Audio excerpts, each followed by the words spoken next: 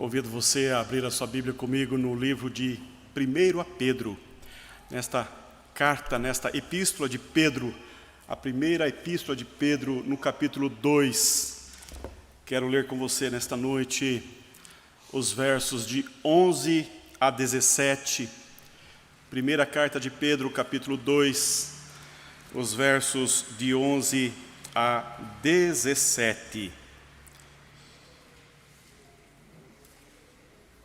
Diz assim a palavra do Senhor: Amados, exorto-vos como peregrinos e forasteiros que sois, a vos absterdes das paixões carnais que fazem guerra contra a alma, mantendo exemplar o vosso procedimento no meio dos gentios, para que naquilo que falam contra vós outros, como de malfeitores, observando-vos em vossas boas obras, glorifiquem a Deus no dia da visitação, sujeitando-vos a toda instituição humana por causa do Senhor, quer seja ao rei como ao soberano, quer às autoridades como enviadas por ele,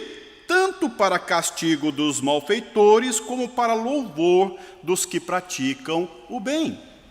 Porque assim é a vontade de Deus, que, pela prática do bem, façais emudecer a ignorância dos insensatos, como livres que sois, não usando todavia a liberdade por pretexto da malícia, mas vivendo como servos de Deus.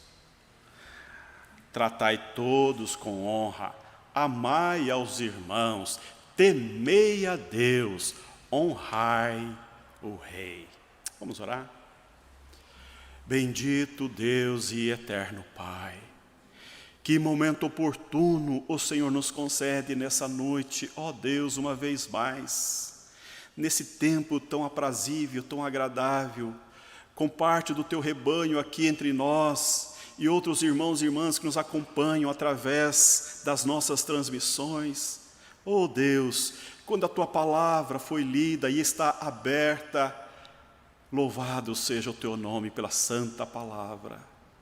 Ó Deus, queremos nela estudar, queremos nela refletir, queremos, ó Deus, que as verdades contidas na Tua palavra, nesse texto, sejam verdades na nossa vida. Portanto, rogamos-te, Senhor, fala conosco, abra o nosso entendimento, que nada possa tirar-nos, ó Deus, esse tempo precioso com a Tua palavra. Que o nosso coração acolha a boa semente da Tua palavra, que a nossa mente volte-se, ó Deus, para a Tua palavra, e que os nossos ouvidos estejam atentos à Tua voz. É a nossa oração em nome de Jesus. Amém. Irmãos e irmãs, eu estou caminhando já há alguns meses na carta de Pedro, e eu gostaria de falar um pouco sobre essa perícope, esse texto que Pedro está escrevendo para a igreja que está na Ásia Menor, hoje a atual Turquia. Nós sabemos que essa carta foi escrita no ano 63, 62, 64, mais ou menos, da era cristã, pouco antes do martírio do apóstolo Pedro e do apóstolo Paulo, que se deu entre o ano 65 e 67. Pedro está escrevendo para famílias, para igrejas que estão em grande aflição, passando por lutas, por crise, por perseguição. A igreja do primeiro século foi violentamente assolada pelo Império Romano. Os cristãos foram acusados de muita violência, de muitos males, e eles sofreram horrores por conta do Evangelho. E Pedro, como bom pastor, está escrevendo a esta igreja esse texto que é maravilhoso. No capítulo 1 ele fala da eleição, da escolha de Deus Pai. E ele fala ainda, depois da escolha de Deus Pai, ele fala da obra do Espírito Santo que regenera o coração humano. E ele fala da obra de Cristo Jesus que opera no meio do povo, a quem Deus escolheu, a quem Deus chamou, no qual o Espírito Santo atua.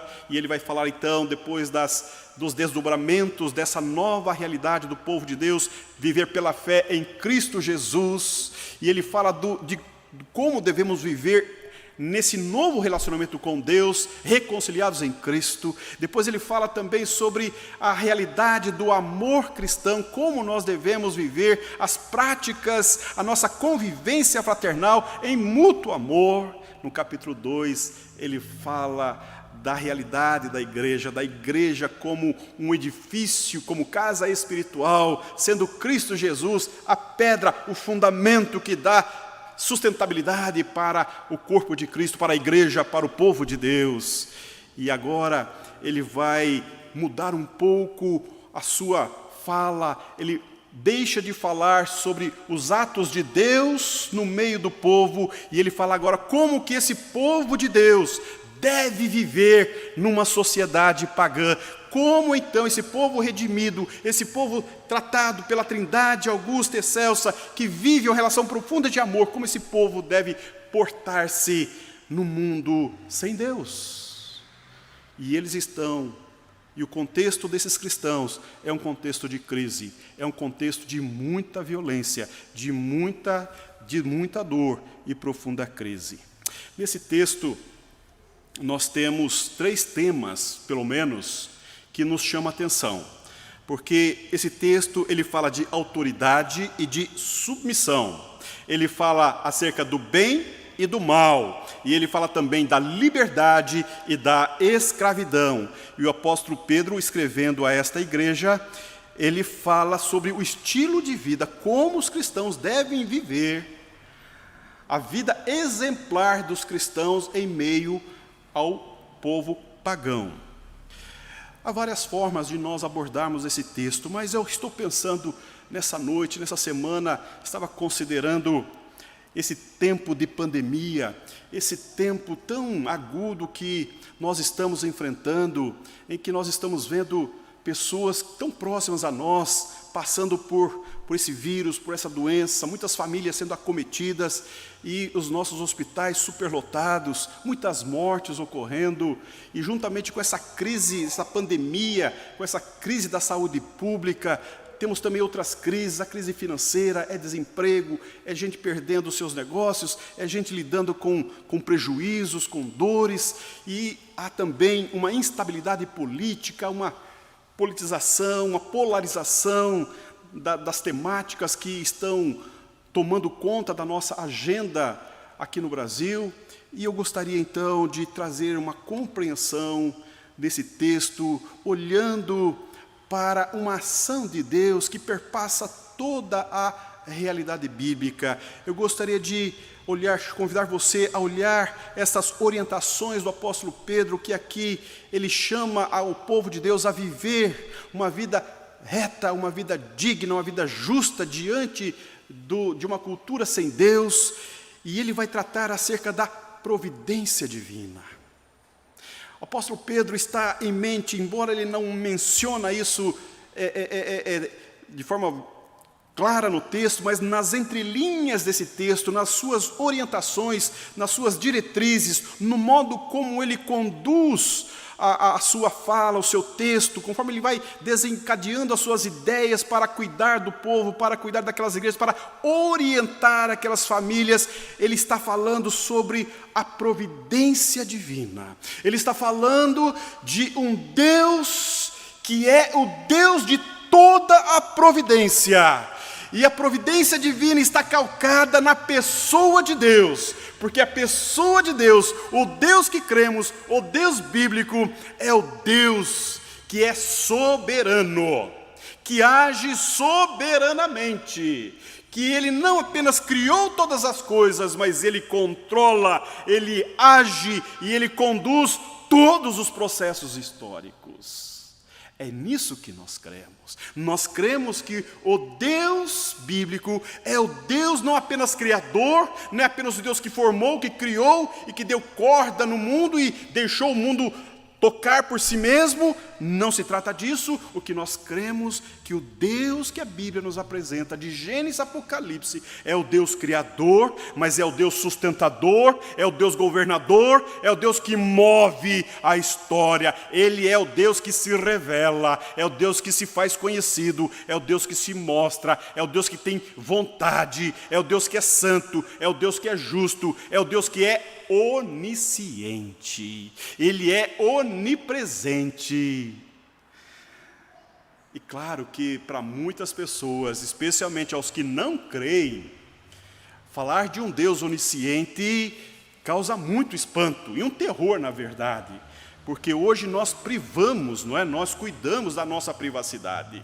Nós, por todos os custos, nós queremos ter privacidade na nossa conduta pessoal, nos nossos movimentos mais recônditos. Por quê? Porque nós não gostaríamos de ter todos os nossos atos sendo expostos.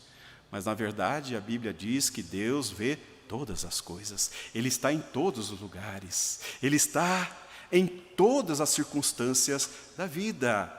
Então, a providência divina tem a ver com o caráter de Deus, com esses movimentos de Deus na história, que age e que move a história. Pedro está chamando a atenção dos cristãos do primeiro século para esta realidade, porque veja como ele vai falar. Ele vai dizer, no versículo 11, que eles são peregrinos e forasteiros. Ele está dizendo, vocês não são deste mundo, vocês não são dessa terra, vocês são da terra celestial, vocês são da pátria celestial. Ele está dizendo que o povo de Deus está como que passando pela história humana e vai morar eternamente com Deus. Ele está falando, vocês estão morando, habitando este tempo presente, mas esse tempo passará, a vida de vocês aqui passará, e então vocês serão chamados para uma eternidade.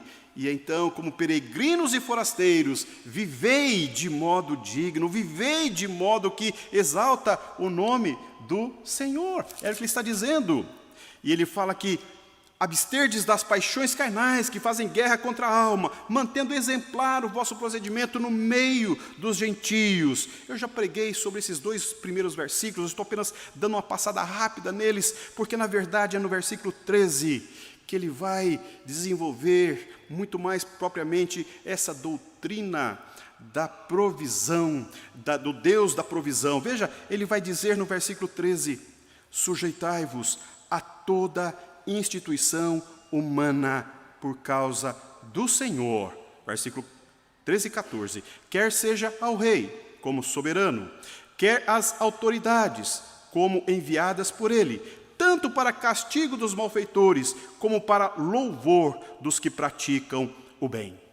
O apóstolo Pedro está falando para uma igreja que está em sofrimento, está em perseguição, uma igreja que teve que sair de suas casas, de suas terras, vender suas propriedades e se refugiar lá na divisa entre a Ásia e a Europa para fugir das mãos pesadas do Império Romano, de César, especialmente do imperador. E então, para este povo que está em crise, em sofrimento, em ameaças constantes, ele vai dizer, sejam submissos, obedeçam, e é imperativo, sujeitai-vos a toda a autoridade.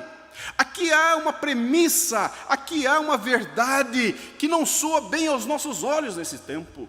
Ele está dizendo de uma afirmação de serem submissos, de serem obedientes, de se submeterem àqueles que os governam, àqueles que os conduzem, àqueles que os dirigem, àqueles que exercem autoridade sobre eles.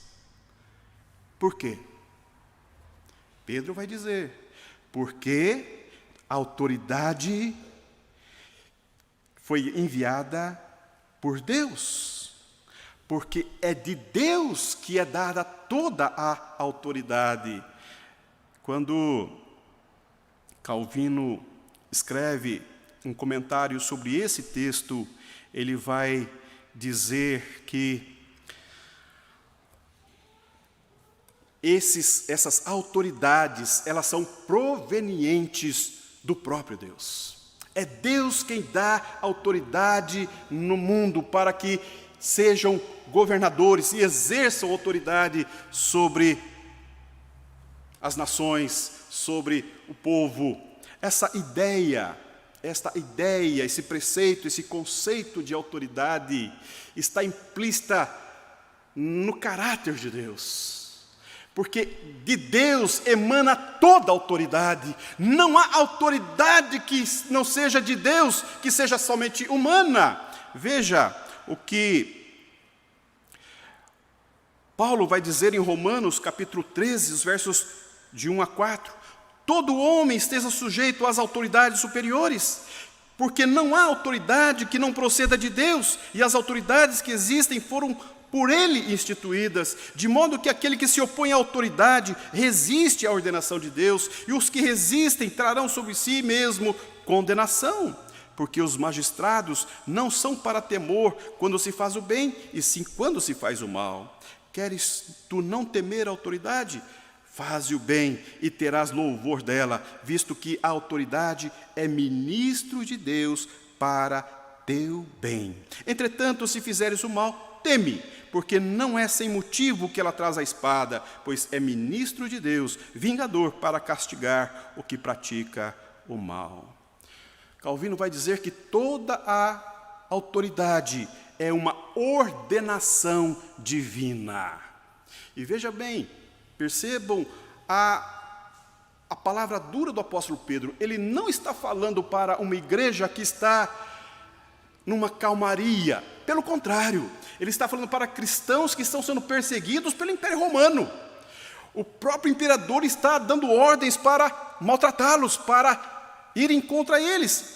E Pedro, como bom pastor, está dizendo: sejam submissos, sujeitem-se às autoridades, porque as autoridades são emanadas da autoridade de Deus. Isto parece que é um contrassenso quando nós encontramos esse texto tão duro nessa carta de Pedro, e ele sendo um grande pastor para com aquelas igrejas. Mas na verdade, meu irmão, minha irmã, nós entendemos aqui que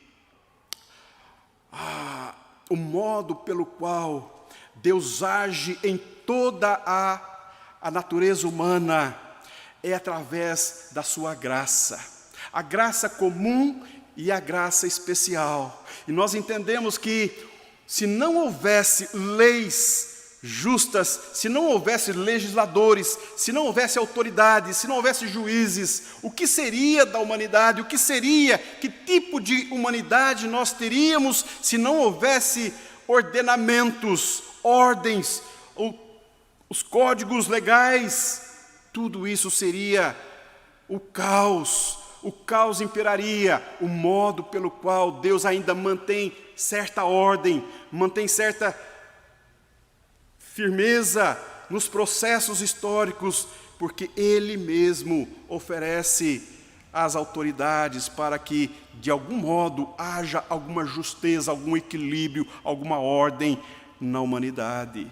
Por isso que esse conceito de autoridade não está implicitamente na humanidade, no ser humano, mas ela é outorgada pelo Deus que detém toda a autoridade. E isso tem a ver com a providência divina. Isso tem a ver com os processos que estão na mente de Deus, que estão ocultos em Deus, e Ele age sobremaneiramente, de maneira autoritária, na ordem humana. Por isso que Pedro está dizendo a esses cristãos: se submetam, porque a obediência é um princípio bíblico. A obediência é uma ordenança do próprio Deus. Quando Jesus foi entregue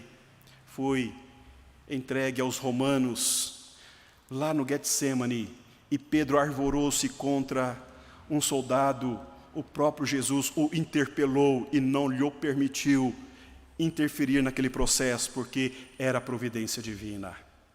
Quando Jesus foi conduzido ao Sinédrio e foi julgado e foi condenado,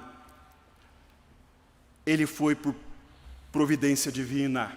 Quando ele foi apresentado a Pilatos, quando ele foi apresentado a Herodes, quando ele foi sentenciado à morte, morte de cruz, não o foi por conta do Império Romano ou por conta das lideranças judaicas, o foi por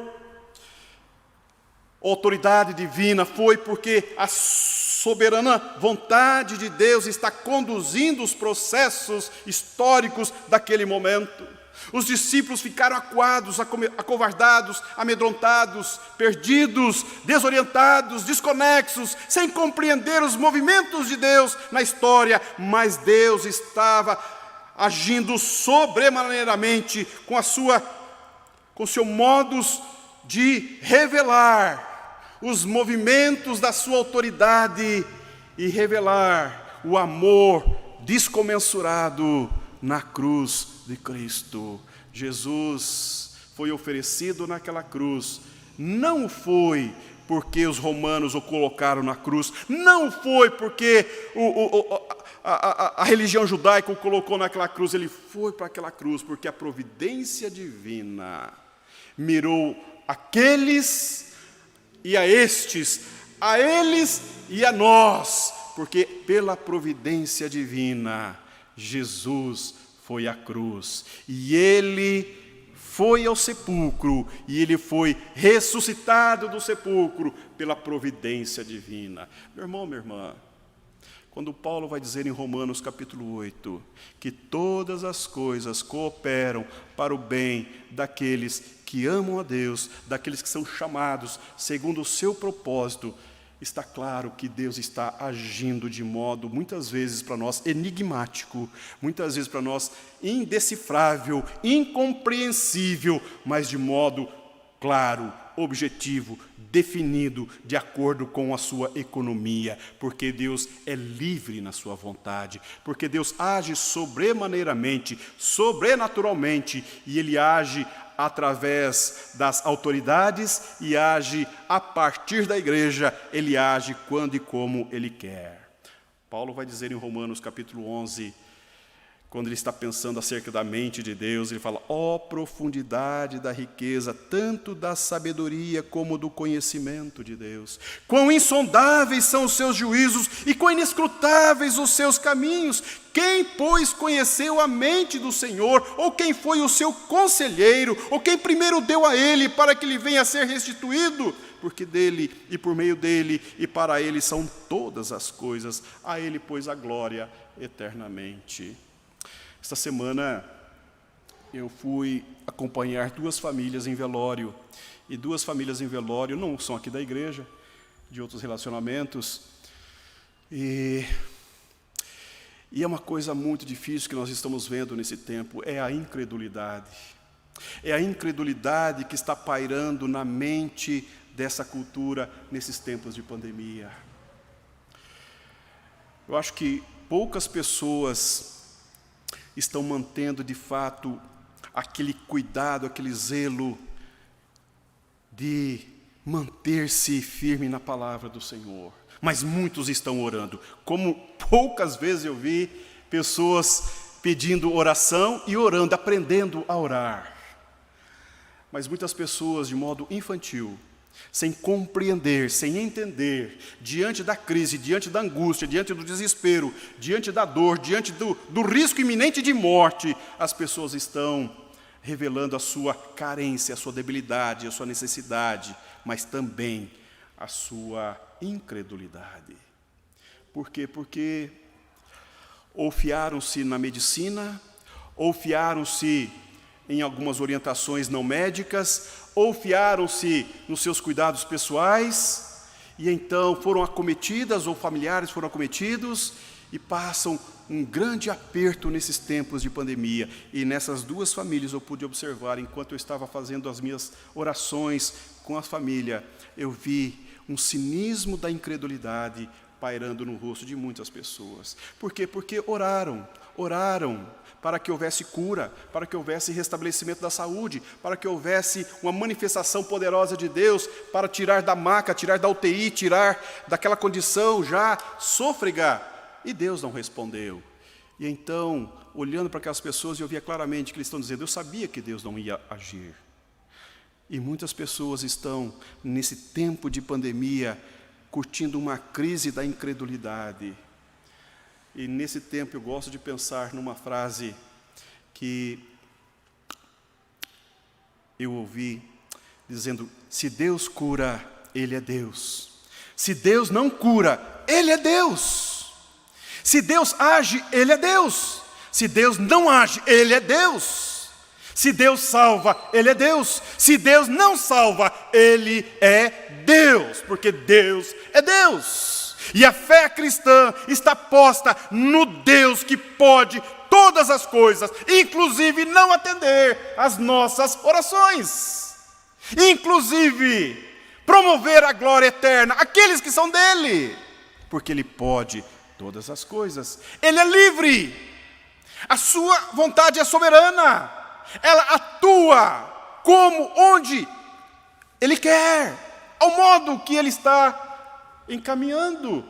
Nós, talvez na nossa infantilidade, no nosso desconhecimento do caráter de Deus, da vontade de Deus, da soberania de Deus, nós ficamos com a nossa dor, nós ficamos engasgados com a nossa teologia, talvez uma teologia não bíblica, e ficamos comprometidos na nossa fé. Mas nesta carta, Pedro está dizendo, sejam obedientes.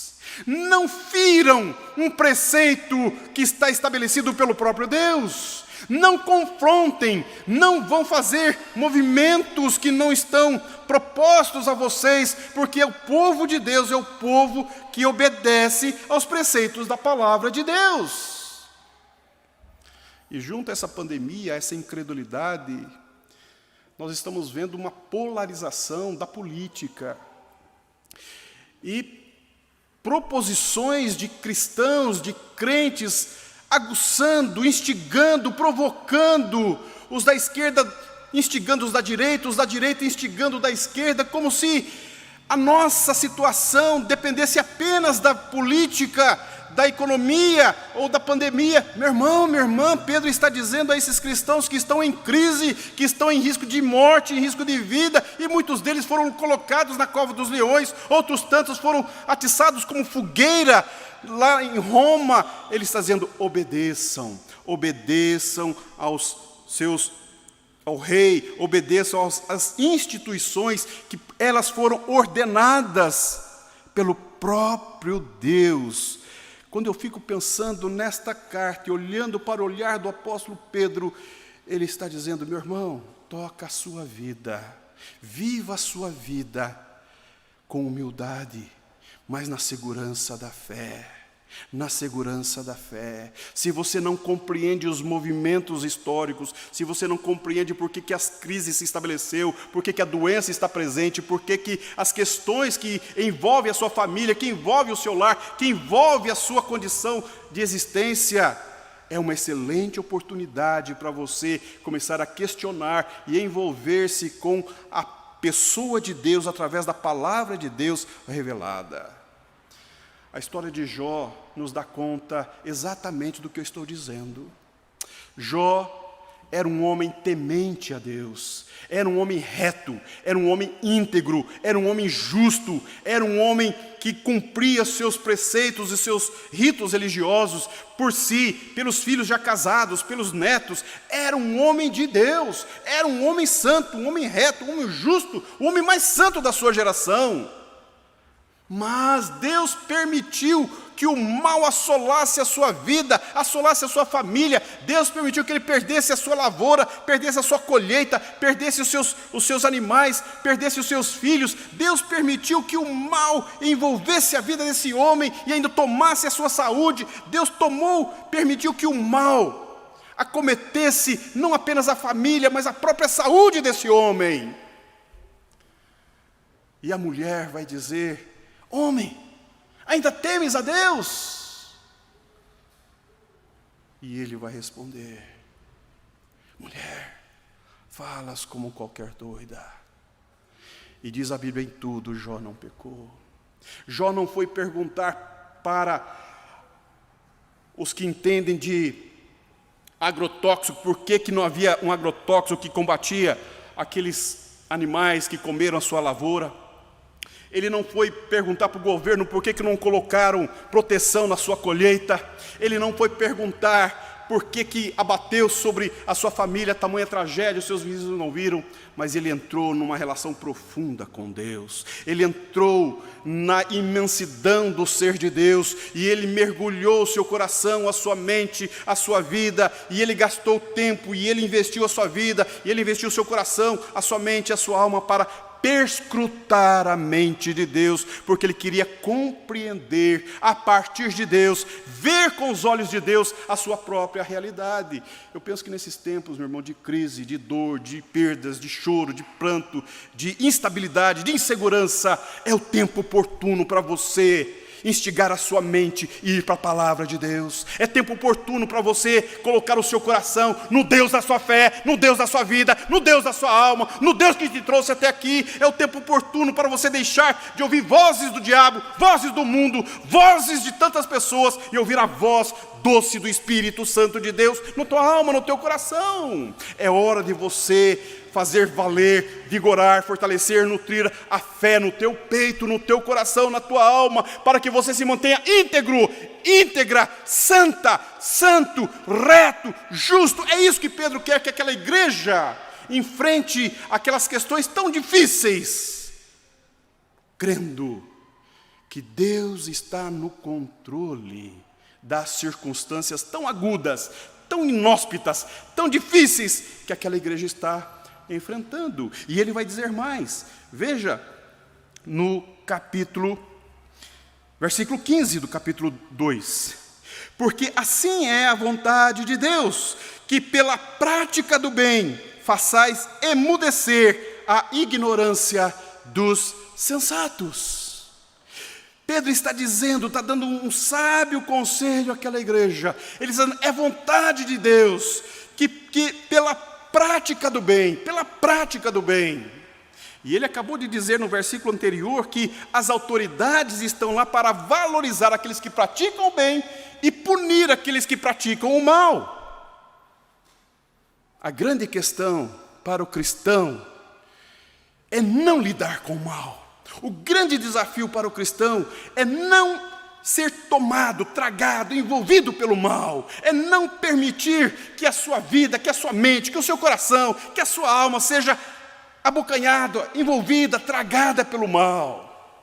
Porque o nosso Deus está acima do bem e do mal. O nosso Deus é a fonte de todo bem. E nós fomos chamados para viver as boas obras, a prática do bem. Nós não fomos chamados para viver a partir do mal. E esse é o grande desafio da vida cristã. Esse é o grande desafio daqueles que de fato querem levar Deus a sério na vida, que querem ter um compromisso sério com o Deus da história. Comprometer-se com uma vida reta, com uma vida santa, com uma vida justa diante de Deus. Porque a autoridade que Deus dá às autoridades humanas é para valorizar o bem e condenar o mal. E está limitada a autoridade humana nestas condições. O Império Romano atribuía a César a figura de Deus. César era Deus. Aos cristãos, todavia, César não era Deus. Porque para eles, a autoridade humana tinha os seus limites. E os limites estão aqui, para punir o mal e valorizar o bem.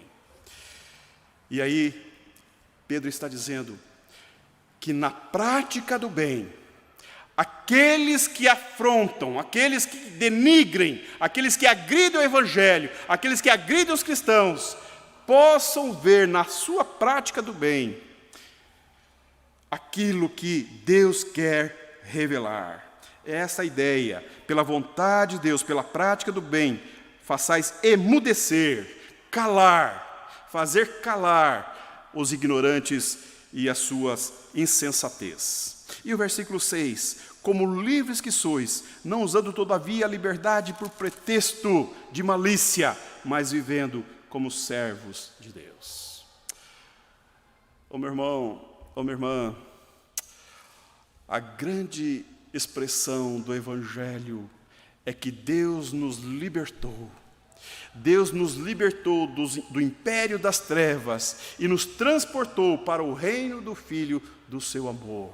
Em Jesus Cristo nós somos livres, em Jesus Cristo nós fomos libertos, em Jesus Cristo, Pedro está dizendo àquele povo, vocês são livres, vocês são libertos, vocês não têm mais amarras, vocês não têm mais cadeias, vocês não têm mais prisões, porque vocês foram libertos pelo sangue do Cordeiro.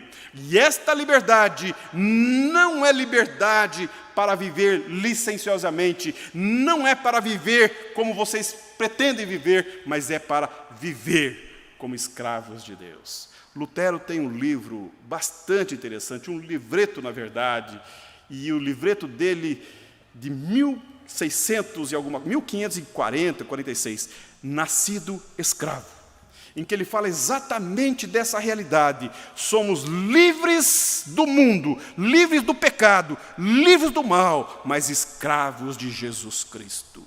É esse conceito que Pedro está trazendo para aquela igreja, para que não vivam com pretexto, viver a liberdade por pretexto de malícia, mas vivendo como servos de Deus. Em outras palavras, Pedro está dizendo, vivam vida simples, vida de obediência, vida da prática do bem. Ô meu irmão, ô minha irmã, nós não precisamos fazer política para fazermos o bem, nós não precisamos ser da direita ou da esquerda, nós não precisamos ter o nosso definir, explicar e orientar-nos pela nossa ideologia, pelo nosso pensamento ideológico, mas nós nos orientamos pela palavra de Deus, pela prática do bem. É isso que Pedro está dizendo. Se você gosta do prefeito, ou se você gosta do governador, amém. Se você não gosta, ou se você detesta, amém também, mas faça, pratique o bem, faça aquilo que a Bíblia ordena. Eu penso que nesses tempos a igreja precisa libertar-se dessas amarras ideológicas, desses conceitos humanos e obedecer na simplicidade da palavra de Deus, aquilo que a palavra de Deus ordena. Viver, vida em obediência à palavra de Deus. Porque ele conclui aqui no versículo 17, ele dá vários conceitos. Primeiro, ele diz, tratai todos com honra. Todos com honra. Honrai o rei. Amai os irmãos. Temei a Deus.